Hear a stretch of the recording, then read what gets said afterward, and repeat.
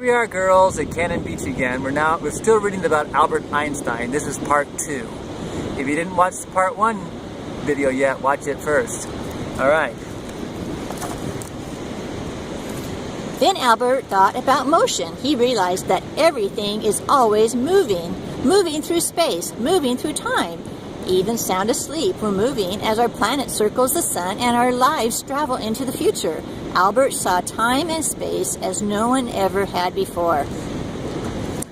Albert wrote down his new ideas, put them in envelopes, and sent them to science magazines. The magazines printed everything Albert sent. He hoped that scientists and professors would be interested, and they were. Very interested indeed. They asked Albert to come work with them and to teach with them.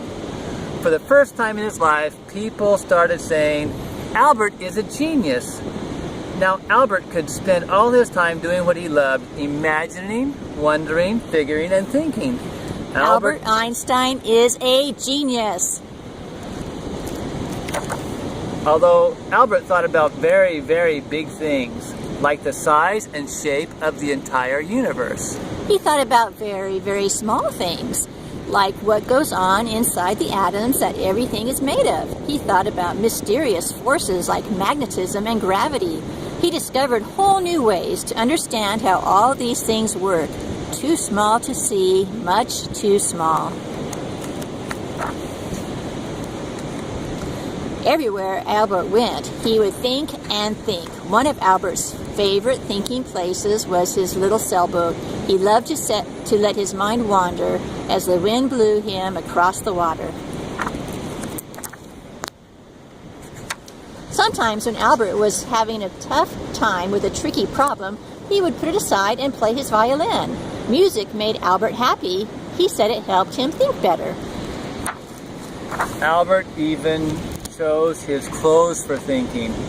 His favorites were comfy, old, saggy, baggy sweaters and pants, and shoes without socks. He said now that he was grown up, no one could tell him to put on his socks. My feet are happier without socks. In town where he lived, he became known for wandering around, deep in thought, sometimes eating an ice cream cone. Always recognizable with his long white hair, which by then had become quite white. Hey, there he is skating and sailing and driving and biking. Everywhere Albert went, he tried to figure out the secrets of the universe.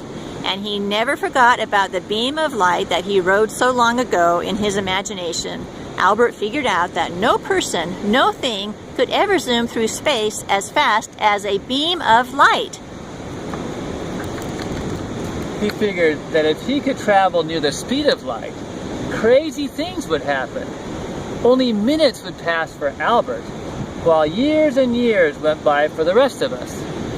This idea was so amazing, people didn't believe it at first, but scientists today have proven that it's true. It's true, it's true, it's true, it's true, it's true. Albert thought and figured until the very last minute of the very last day of his life. He asked questions never asked before, found answers never found before, and dreamed up ideas never dreamt before. Albert's ideas helped build spaceships and satellites that travel to the moon and beyond. His thinking helped us understand our universe as no one ever had before. But still, Albert left us many big questions, questions that scientists are still working on today. Questions that someday you may answer by wondering, thinking, and imagining. We hope that someday you guys have a chance to think about big things like the universe or small things like atoms, and that you can learn more about this wonderful world our Heavenly Father has made for us. We love you. Bye-bye.